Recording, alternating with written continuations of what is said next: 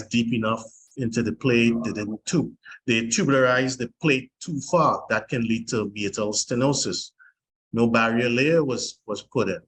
The epithelial stitching and the scarring and the glands dehiscence, fiasco. Dorsal plication when the bending is more than 30 degrees. These are all of the technical errors that students of Dr. Snodgrass and Bush are well familiar with. We try to tell folks if you are doing any of those things on that slide, take a picture of it and stop right now. Yes, because yes. there are problems associated with anything listed on this slide. Yes. Well, to be honest, Dr. Bush, there may be people that are watching that may be now starting out or that type of thing. And my whole focus of doing this talk, and I was so grateful that you agreed to join me, was to carry the parents behind the veil for them to see and hear from the best of the best what it takes, what are the issues that have to be addressed in dealing with their children suffering with hypospadias, realizing that even the best of the best have some complications, but it's not a whole lot. And from a technical point of view, exposing surgeons to the details of the technical aspects of the procedure that they may not have had the time to really iron out and dig out, as I have done in terms of just going over your videos over and over. And you don't have to start from scratch. You can learn from what yes, we have learned from, exactly, so that other children don't have to suffer exactly by you figuring it out yourself, right? That's exactly the whole point of these sorts of courses and teaching and live surgical videos. We don't want the patients to be the guinea pigs. We want to start off and say, what have we learned? What can we avoid to, not cause injury to patients, and take it from there. Right. And as we said, this is the same patient, we can just look at this picture and tell, hey, the surgeon never straightened the penis. The surgeon never straightened the penis. Hey, the surgeon was using, full thickness epithelial sutures and so on. So these are the kinds of things that we can deduce. One of the most important things is to make sure that the penis is straight. This is a penis that has been degloved. It's one of my cases at the end of the talk, and I'm just showing the technique that is used in order to create an artificial erection to assess whether or not the penis is really straight or not. Penile skin coverage with penile skin. I would be highly hypocritical if I came and I presented a Zoom lecture hosting Dr. Bush, talking about other people's complications and not admit that I had my own. And this is how I met Dr. Bush. Wow, Dr. Bush, you have never seen these pictures. I never shared these pictures with you. This was after the complication where a little too much skin was removed. The child went home, and lo and behold, they come back about 2 weeks later. And basically what was transpiring here was that Foley catheter was beginning to erode into the corporal tissues. When I saw this chap came to mind, Barry Bellman. And this is what Barry said to me back in 1996. I kid you not. He says, Brian, call me when the first penis falls off. And I said, no way, Chief, that's never going to happen. I am not lying. When I saw this in my office, my heart almost stopped, and thoughts of Barry Bellman, what he said to me, came immediately to mind. And I want people to learn from Dr. Bush. I want people to learn from Dr. Niles as well, because I'm not a very smart guy, but when I get it, I get it. And basically, anybody that is venturing into this kind of arena, they need first a team. So you need to assemble your team before you go into the arena. And that's why this Brazilian football team's picture is there to mark in people's minds. You need to assemble a team. This is not a topic or a surgical area where you're going to be a superstar on your own and everybody recognizes you and so on. You have to assemble your team. You have to assemble your team of mentors and consultants that are experienced, not just experienced in terms of the number of years that they're doing this, but experienced in terms of the low complication rates that they enjoy. It means that their technique is what it should be if they're having a very high success rate. So assemble your team before you go into the arena. And this was my complication. Everything was going great. Everything was going fantastic. I was doing the procedure just as Dr. Bush and Snodgrass had espoused. I was feeling myself. And then I got to the point where I had to excise the skin. I got a little impatient and I snapped the skin. And then all of a sudden, everything just retracted. I said, hold on, what's going on here? I pulled the skin back. It wouldn't get to where I wanted it to go. And to be frank and honest, I panicked. I was like, oh my God, what do I do now? So the skin that I had removed, I basically wrapped it around the penis, knowing that getting prepuce into the open glands was a very good thing. What I did not realize at that time was that I should have probably done it with the two edges on the surface of the penis, so that that visual effect of the scarring would not have been apparent to the man, to the boy, as he looks down on his penis. I then consulted you and you exposed me to this technique. Basically, it's a Y incision distally and a lambda incision proximally in the vicinity where the urethra is. So this is what's called a lambda incision, and this is a Y incision because it's shaped like a Y. And basically, this was what I came up with in my communications with Dr. Bush. And I basically, to understand how to deal with this skin deficit issue, I basically created this diagram. And Dr. Bush went on to explain exactly how to deal with this issue, wherein we would take oral mucosal graft and cover the defect. In dealing with this skin issue, and I am confident this is going to happen to relatively young urologists venturing into fixing hypospadias, they're going to remove too much skin. And that's why I paid particular attention. And these were your exact, or almost your exact words. You said, absolutely sure you have a lot of, be absolutely sure that you have a lot of skin. Enough both for the penis and the neourethra, you could use it for both. But the worry would be that you would take too narrow a strip for the urethra, and that it should be at least 15 millimeters wide, and or not have enough penile skin to close over the neourethra, an even worse problem. And I'm highlighting this slide, not just to highlight the technique that you exposed me, but also highlighting to surgeons that are looking on that you must have your numbers, you must have your data, you must have your measurements always at hand, at the tip of your fingers, so that you can make proper decisions. And a key decision in this was making sure that you had at least 15 millimeters width in terms of helping you to create that new urethra. You went on to state, Dr. Bush, that if you had some extra skin, but not 15 millimeters, in other words, you were coaching me through the decision-making process that I would likely encounter.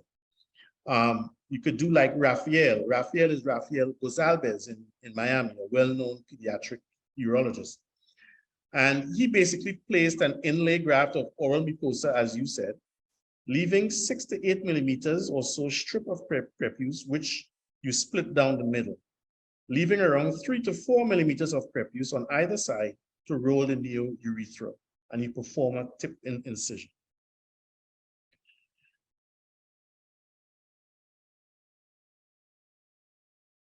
All right, and this was my, hold on, all right, this was my operative report and so on. And we did an inlay oral mucosal graft urethroplasty, harvesting oral mucosa from the lip of the patient. Patient did fine. We were able to salvage this boy's penis in 2 stages. He's voiding well, no issues, no urinary tract infections, excellent stream. And I am awaiting the passage of a couple of years to see how the scars on the dorsum of his penis looks. Right, next slide. Right, Dr. Bush, could you say a few words on this slide? Because I think it's important that it comes from you. This is one of your slides.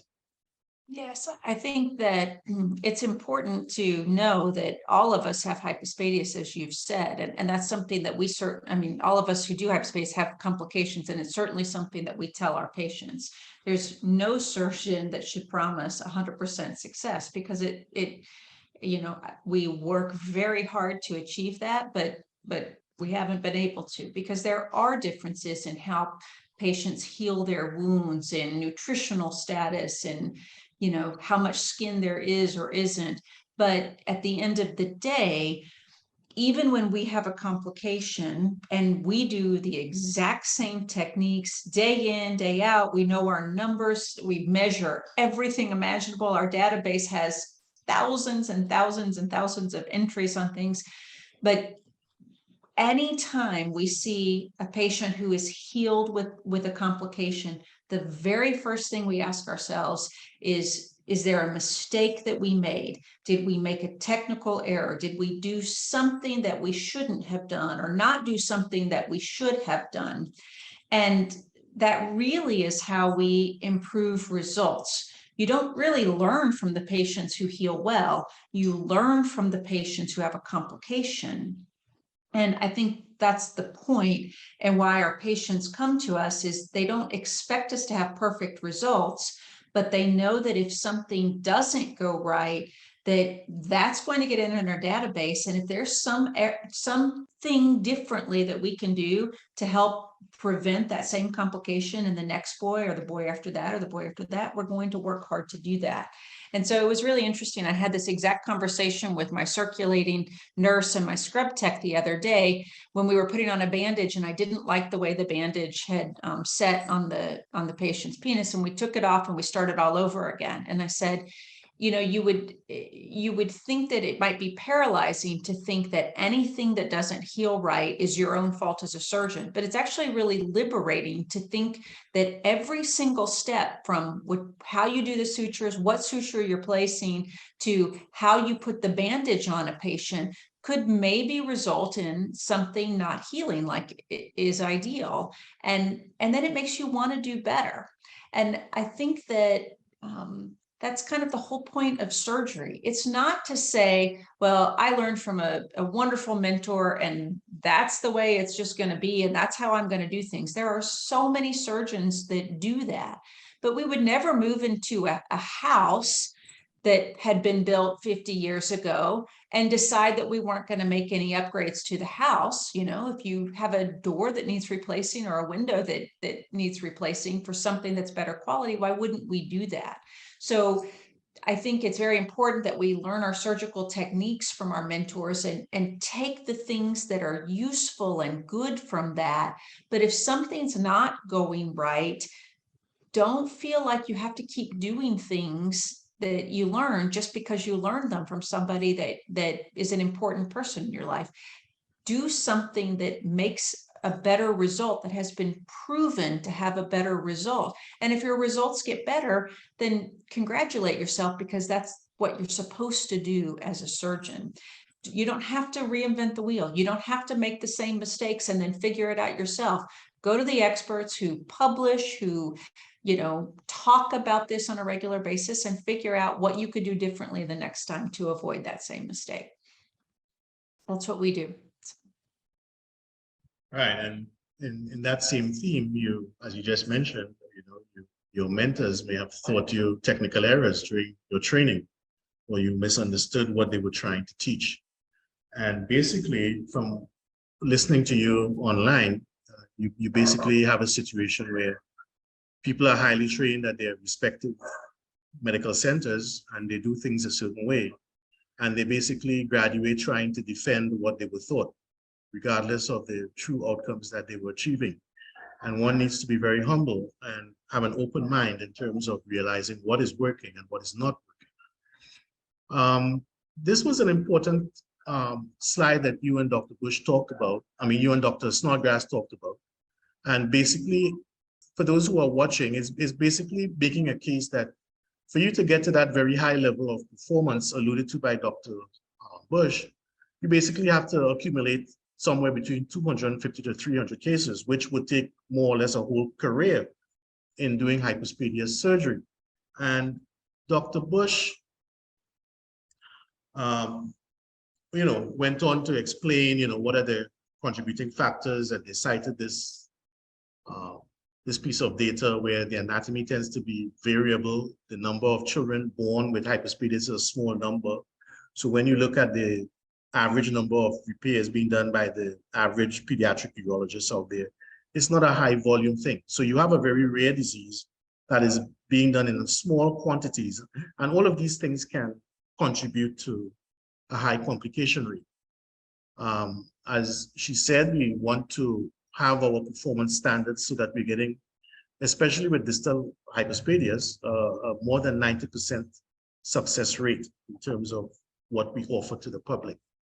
This is a very important slide, Dr. I want you to expound on this.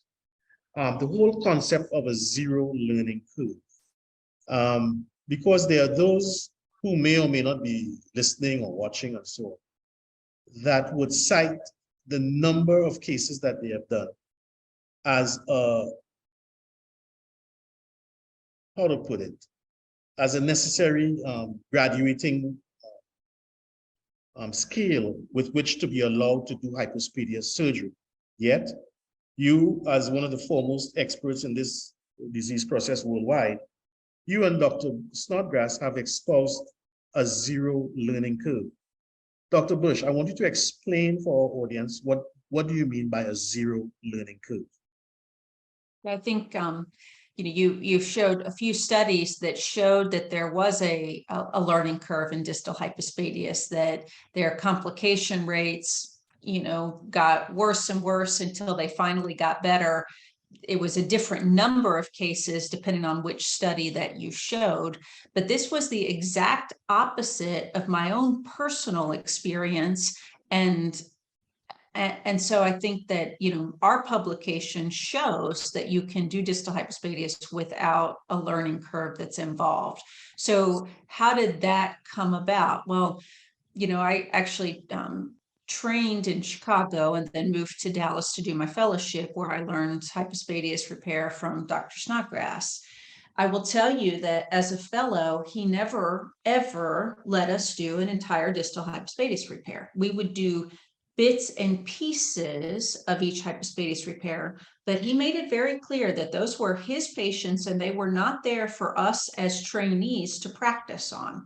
We could practice on our own patients when we had them, if that's what we felt was the right thing to do. But that being said, we had done each and every component of those hypospadias repairs, so that by the time we were done with our year of training, we felt very, very comfortable with whatever anatomy we might deal with.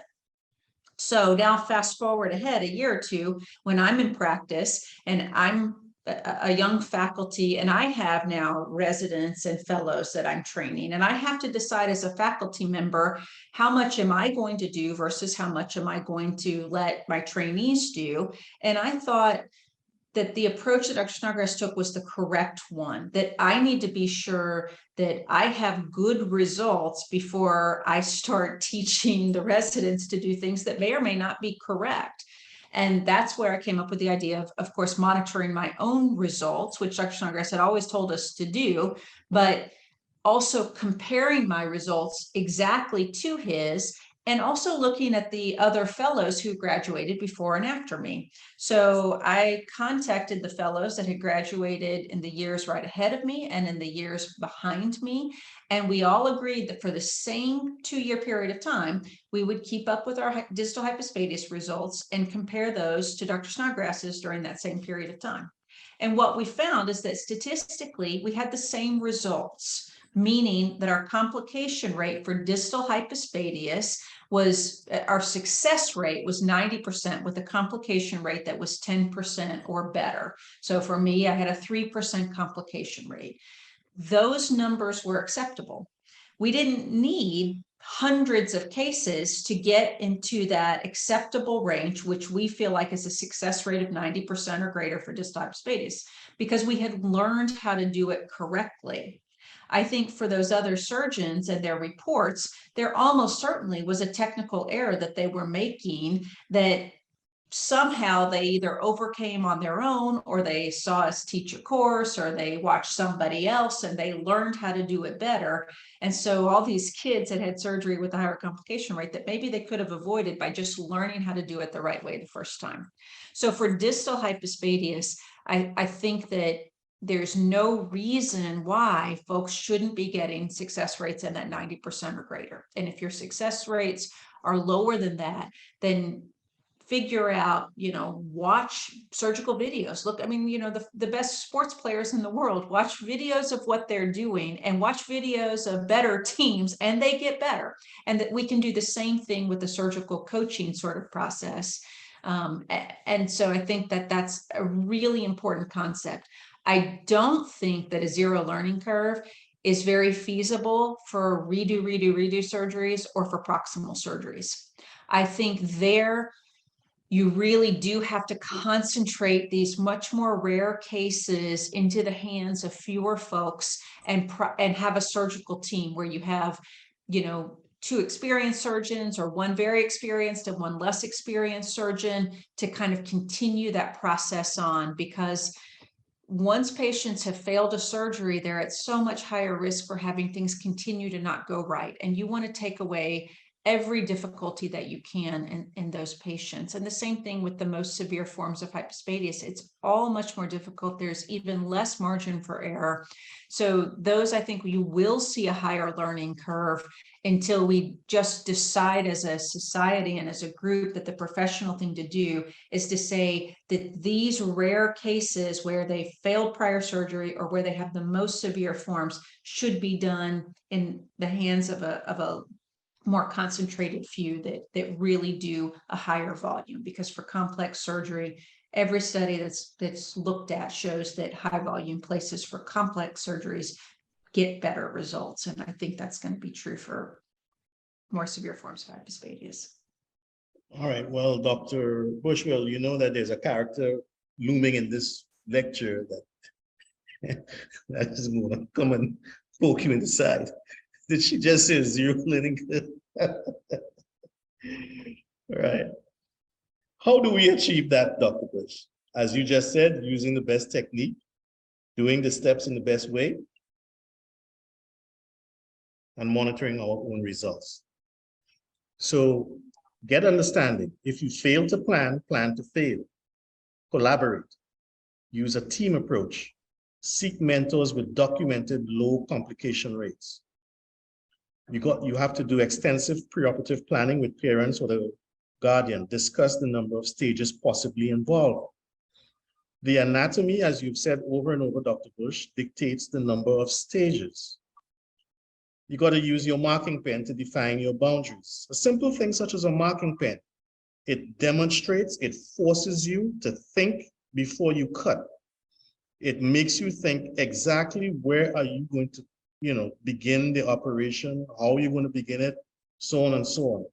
The marking pen is a key surgical instrument with this kind of surgery. If you can't explain your incisions or your plan, you have no business doing the surgery. Let me repeat that. The marking pen is an essential tool in successful surgery. If you cannot verbalize and describe exactly your plan for the child, you have no business putting a knife on this child. Ventral midline degloving, I see that that has been favored by you now, Dr. Bush, keeping the tissues hydrated constantly throughout the case.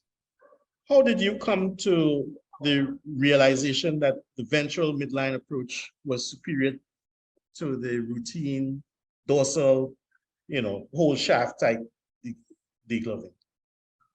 You can repair all of hypospadias through a big midline incision, which you can do aesthetically in every single patient. If you need more room to see what's going on, you just extend it down into the scrotum, and it doesn't have any poor aesthetic outcome related to doing that. And so the approach should always be with ventral midline incision, unless you know without a shadow of a doubt that the patient has a straight penis. And that's really hard to know in a lot of patients because they have some penoscrotal transposition or some skin tethering. I mean, even distal hypospadias patients have much shorter skin on the undersurface than they do on the top side. So you can't know that it's straight until you release that skin. If you start with the degloving circumferential incision and you find that your distal hypospadias patient is one of those 15% that has curvature of 30 or 40 or 50 or more degrees, you've now lost the opportunity to do a stack repair and preserve that foreskin, because if you've cut through it and try to sew it together, you're really not going to have enough good foreskin for use as a skin graft for later. So by making that midline incision, you can investigate, you can check the erection, you can prove to yourself that it's straight, and then you can always make a degloving incision once you've confirmed that everything looks good. But on redos, the patient's already been circumcised. We almost never need to go back through and do another circumferential incision. And in fact, if you do it, you can get yourself in a lot of trouble because those kids are going to have short skin, and you don't want to make it even shorter by continuing to operate on the dorsal surface. So that midline incision is just one that you want to do in every redo. And now we even start our distals and of course any proximals through that, because if they have foreskin that's there, we want to preserve it and actually reconstruct it in order to stretch that skin out as much as possible for use as a graft for somebody who needs a graft repair. And I agree with you completely about a marking pen. I think that I don't know how hypospadias surgeons do hypospadias surgery without a marking pen. I mark it, I look at it. I sometimes use a ruler to measure and be sure that I'm making that skin exactly symmetric. And it's something that I constantly reevaluate throughout the surgery itself. So having a good marking pen that doesn't wipe off is a key to finding it. And a simple maneuver of just marking it and then blotting it with your Raytec is a really important component, because then the ink doesn't rub off. If you don't blot it, the ink tends to rub off, and then it's difficult to know where to cut. But I think making precise cuts is a really important component of hypospadias repair. Yes, and for those who are watching and listening, I didn't show these slides to Dr. Bush. This is the first time Dr. Bush seeing these slides, and these were just my own personal feelings, and I knew that I was having the world's leading expert here this afternoon, and I just said, let me put everything on the line. If she has to correct me, she has to correct me. But these, having been in the arena, these were the concepts and ideas that I firmly held on to. The device on your left is something called a goniometer, and this is the device that you use to measure the degree of curvature. These are some of the key instruments that we use. Skin hooks and very sharp scissors and so on. So winding up, I think we have a little interference with noise. Right, so winding up, these are some of the principles. Subcutaneous dissection to preserve dartos tissues medially for future barrier layer. Knowing that the blood supply of the skin is not dartos layer dependent. Use of both epinephrine and a tourniquet for a bloodless field. A tourniquet max time of 50 minutes. Dr. Bush, are you in agreement with the tourniquet max time of 50 minutes? I don't know of a circumstance where we would leave it on that long. You know, we don't leave it on any longer than you need to, but we've also never timed our tourniquet use, because we only put it on for like when we're doing the corporotomies, you know, or when we're doing the glans wings dissection, and that's going to be a few minutes at a time. So I think it's something to be aware of, but I think the worst problem that I see around the world is people not using a tourniquet at all because of the fear of its use, and then having lots of bleeding, not seeing where they're going, and getting into the wrong tissue planes. So I wouldn't hesitate to use it for when you need it, obviously being cognizant of the fact that you don't want to leave it on indefinitely.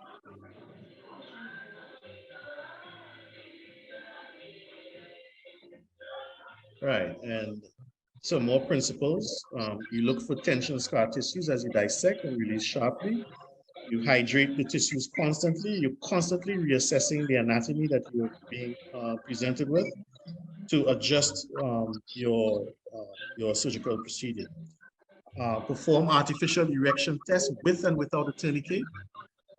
Document the curvature with a goniometer and straighten the penis. And we straighten the penis, and we straighten the penis, and we make sure that the penis is straight. This is the key thing. If your penis is not straight, you've set yourself up to have complications. These are the steps required to straighten the penis. The urethral plate dissection with an inverted V transection distally. Skin and feathering dartos tissues are resected, and ventral corporotomies. You want to avoid a distal corporotomy that is too close to the glands. We usually do 3 corporotomies and a minimum of 2. Dr. Bush, you want to make any comment at this point? We always do 3, except for a bend that's really, really distal, where the third one would extend up into the glands.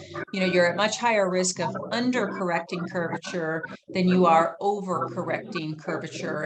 And for whatever reason, 3 seems to work. So the way I explain it to families is we're going to make an incision right through the area where it's most bent, one a few millimeters above that, and one a few millimeters below that. And with those maneuvers, it's going to take all of the tension off of the undersurface of the penis. We'll cover it with the patient's own tissues, usually their own dartos tissue and skin, and then let that heal. And that's what works. For this sort of curvature, to try to put a stitch in that and think that it's going to work is a little bit of a stretch of the imagination. It will work for this extent of curvature because there's not much tension. You're not asking that stitch to do very much.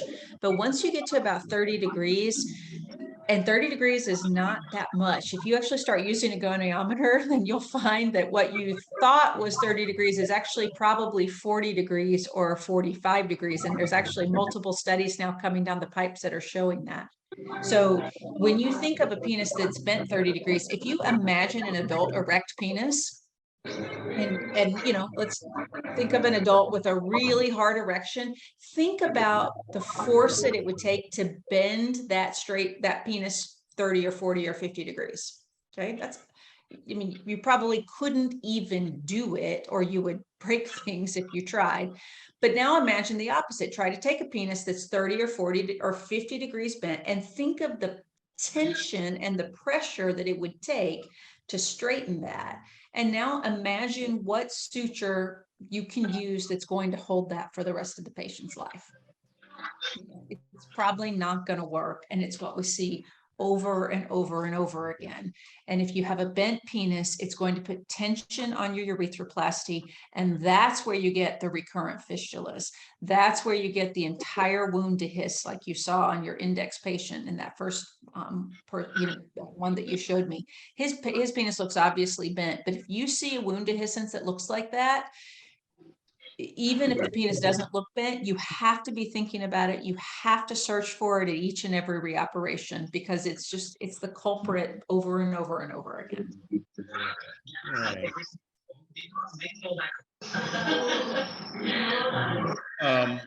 Excuse me, to the audience, there is someone with a noise, making noise in the background. Dwight, my technical person, is there a way to mute this noise interference?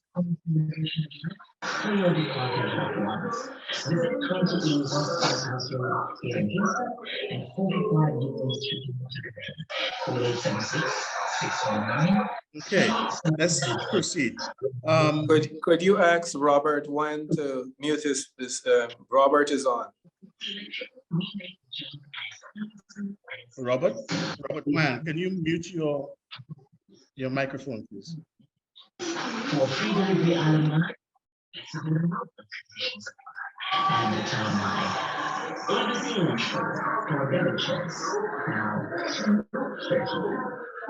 Hello, Dwight. Is Dwight there? Dwight?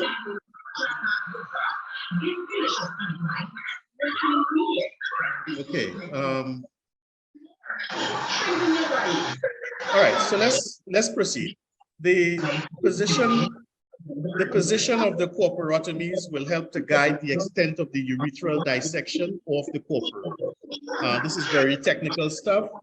If the point of maximal penile bend is very distal, in other words, the curvature of the penis, where's the point of maximal bend is closer towards the glands, certainly past mid-shaft, then a deep proximal urethral dissection is not necessary, as the corporotomies cannot be covered. So there is no point in dissecting an area, knowing that it is impossible for the urethral plate per se to cover the very distal corporotomies. Yes, I totally agree with that.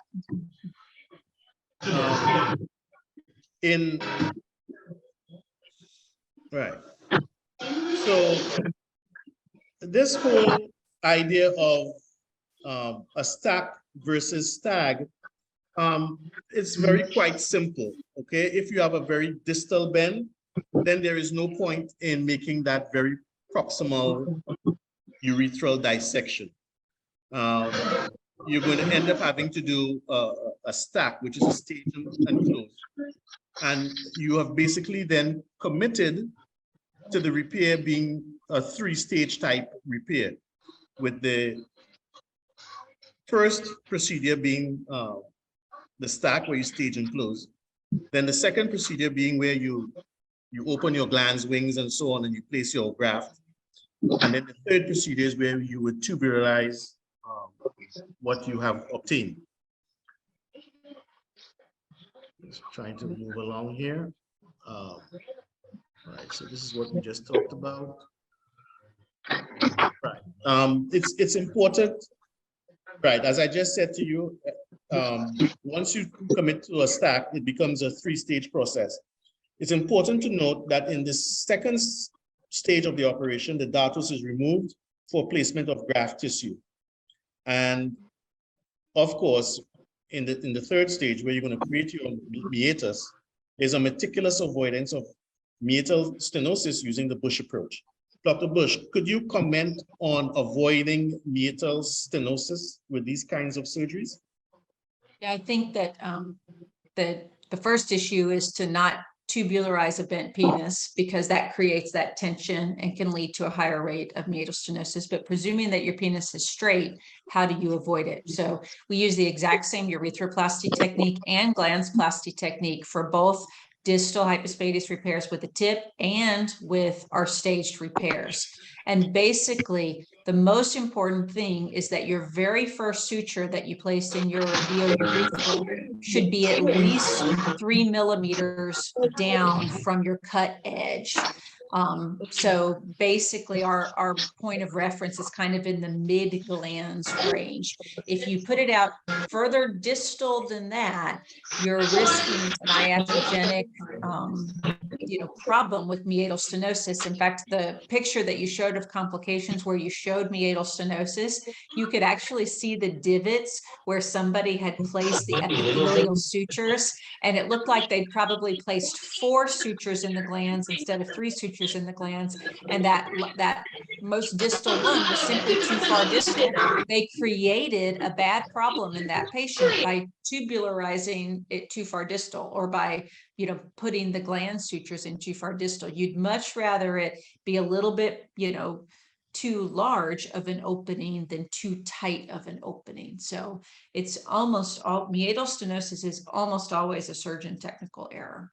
So it's just, if you're getting it, and I'm not talking about just looking at it and saying, well, it looks small, because there's absolutely zero correlation for does it look small and is it small. You won't find that relationship. But if you're truly getting meatal stenosis where it clearly is small, it's less than 8 French, it doesn't calibrate to a normal size, then that's almost always an iatrogenic error. Okay, this is basically just for the benefit of the parents that are looking on and so on. This is how basically you harvest the tissue. We use tissue when we do not have preputial tissue. The next thing we look for in terms of using is tissue from the inner lip. You want to avoid oral mucosal graft tissue from the cheek inside of the glands, because that increases the risk of glands dehiscence. I can't have Dr. Bush here and not have a comment. When you get a hold of a person like Dr. Bush, you have to work them until you go, because you don't get your hands on these kinds of people. Dr. Bush, say some words for us on oral mucosal grafting. Yeah, I think that it's a technical error to use cheek anywhere near the glands in a prepubertal patient. And lots of people still talk about buccal grafts, but it's technically not correct if you're thinking in terms of cheek. The only place cheek should go is somewhere down on the shaft, or in the very rare patient where you need to more than what the lower lip will reach. But the lower lip in a prepubertal patient will reach from the very tip of the penis down to near the prostate. So there really shouldn't be a patient that you have to use cheek in. You want to think about whether to use upper lip or lower lip depending on your length. An upper lip graft, we don't go across midline because it makes your frenulum look a little funny, but you can get a graft that measures easily 25 to 35 millimeters in length on one side of the upper lip. So if you need a short graft, then you want to use upper lip for your donor site. If you need a long graft, something 3.5 millimeters or longer, 4, 5, 6, sorry, I said millimeters, but I mean centimeters. If you're going more than 3.5 centimeters in length, then you'll want to use lower lip. And that will, in a prepubertal patient, usually reach between 3.5 and 7 centimeters, which is the entire length of the penis. So you want to take the area as wide as you can. So we mark the visible border of the lower lip, place sutures in that to retract, and then our graft is going to reach from just within the visible border of the lower lip down towards the junction with the teeth, and laterally towards each cheek junction, so that graft should usually be around 20 millimeters wide for most kids, and then as long as you need it to be. Okay, great. You don't close it, you leave it open to heal. If you close lip grafts, there's been randomized controlled trial that shows that they have increased pain. And so and then you can also have, of course, distortion. So you're just going to leave that open. All right. So here we come again. Lieutenant Colombo. Doc, we checked the logs, op reports. Did you straighten the penis on your last cohort? Yes, sir. I've learned my ways. I assure you I did. Proud of you, Doc. I'll check your op note.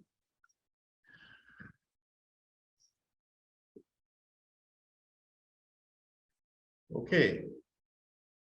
So we're coming to the end of the talk today. I thought I'd show you something else besides hypospadias. This was a 9-year-old boy with a history of imperforate anus. He had a history of recurrent urinary tract infections for about 3 years. Then the UTI suddenly stopped. His mother noticed a curve in the penis. Here he is, and the left upper quadrant scar from the history of the imperforate anus, where they did the colostomy and so on. And when you examine the child, there's a little pimple right here, right where that green arrow is. There's a little pimple right there. And this is the retrograde urethrogram, and it shows the child has a double urethra. Okay. Yeah. So there you go. Wow. Second. Right. So, right. So there's this little thing that looks like a little pimple, and there's a little drop of urine comes out of it. So this was a case of a congenital uretroperineal fistula with urethral duplication. On cystoscopy, he had distal urethral polyps, the penile curvature, and some penoscrotal transposition. So what we've done here is that we have placed a hydrophilic wire into the fistula, over which we have put an angiocath, and we're going to define the urethral mucosa by staining it with methylene blue so that it helps us in our dissection. So here we have dissected out the fistula, which will be excised.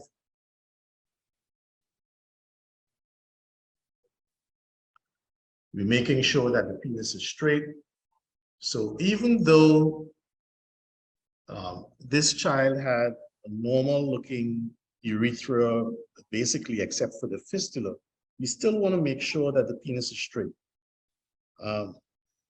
In a technical sense, in having to do a urethrotomy and open the urethra and excise those fistulas, that hole has to be closed.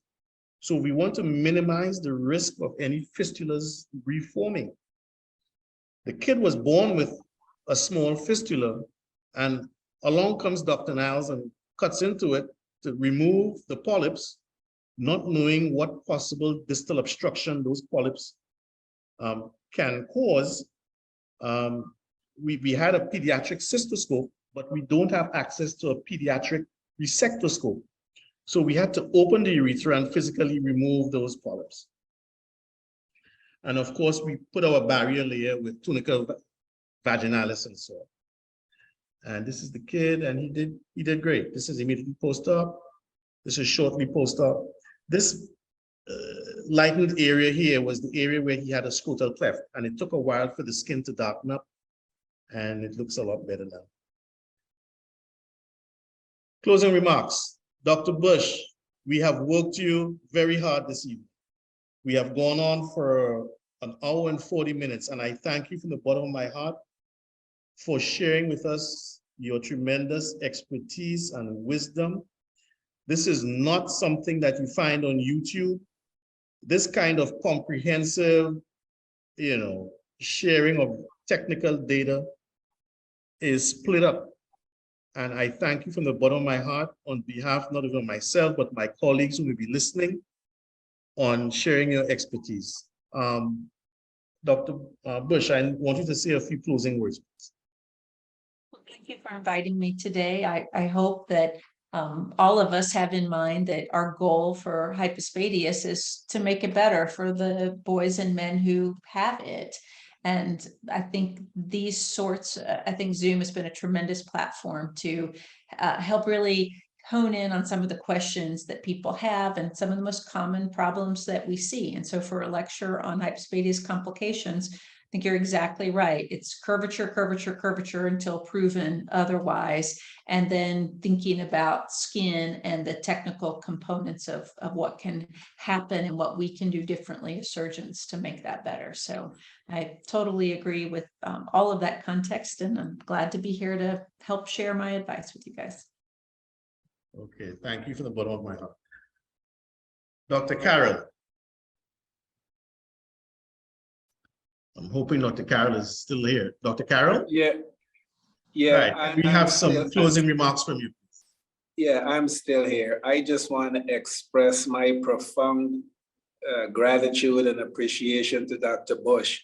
As a general surgeon, I sat here and listened to this entire lecture, and I was educated, I was inspired. As you know, many of us, even on missions, we do circumcisions, and I'm realizing that is not, you have to even know that if you do see, you actually have to look for hypospadias. And if you see some case where there's curvature, just leave it alone, not to persist. Yes. I just want to also, let you know that in the Caribbean, let's say Trinidad, for example, has a population of just about 1.5 million people.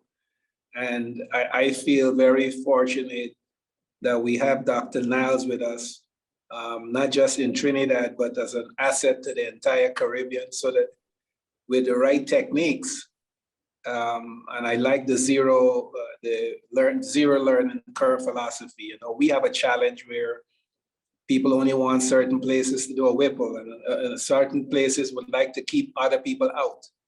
But I'm happy that Dr. Bush, you're able to, share your ideas with those of us in a smaller market, but really still committed to excellence and good outcomes. So thank you very much. And we appreciate all of the insight and the great wealth of experience. Thank you.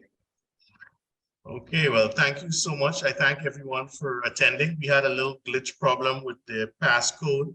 I suspect we are going to repeat this Zoom lecture and include other penile defects so that we can be a source of learning for the medical community, including our pediatricians, including parents, guardians, and so on. Dr. Bush, I thank you from the bottom of my heart for taking part of your Sunday afternoon. I don't know how the Dallas Cowboys are doing. I hope they're doing okay. But Time for me to go check. Well, Dr. Have Bush, a great afternoon. Dr. Bush, I'm a diehard Redskins fan, but I thank you. I thank you for coming. Okay. I'll forgive you. Yes, I'm sure. Okay, everyone. Thank you for coming, and thank you again. Okay, bye-bye. End of meeting. Bye-bye. Take care. Mm-hmm.